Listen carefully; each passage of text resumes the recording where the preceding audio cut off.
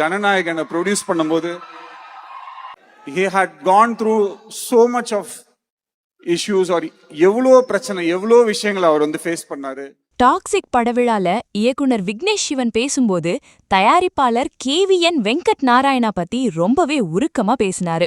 அதாவது விஜய் சாரோட ஜனநாயகன் படத்தை ரிலீஸ் பண்ணப்போ அந்த தயாரிப்பாளர் எவ்வளவு பெரிய பிரச்சனைகளையும் கஷ்டங்களையும் சந்திக்க வேண்டியிருந்ததுன்னு ஞாபகப்படுத்தினாரு.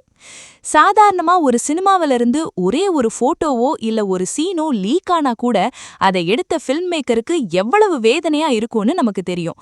ஆனா அந்த அளவுக்கு பெரிய பட்ஜெட்ல பண்ண ஒரு மூவியே ஆன்லைன்ல லீக் ஆகி அவ்வளவு பெரிய பிரச்சனை வந்தப்பவும் அந்த தயாரிப்பாளர் கலங்காம தைரியமா ஃபேஸ் பண்ணாராம்.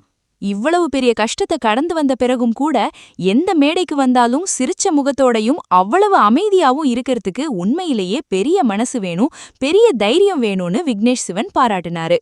அந்த மாதிரி கஷ்டமான டைம்ல எல்லாம் உறுதியா நின்ன அந்த தயாரிப்பாளருக்கு இப்ப வர்ற டாக்ஸிக் படத்துக்கும் நம்ம தமிழ் மக்கள் கண்டிப்பா தங்களோட முழு ஆதரவையும் அன்பையும் கொடுப்பாங்கன்னு நம்பிக்கை தெரிவிச்சிருக்காரு. Stage or wherever he is, he'll always be smiling and he'll be so composed, and it takes a lot of power and strength to be you, sir.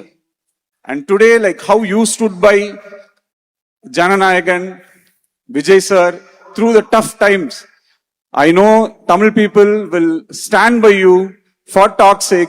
On 26/8/26, they are just going to show their love back to you, sir. 100%.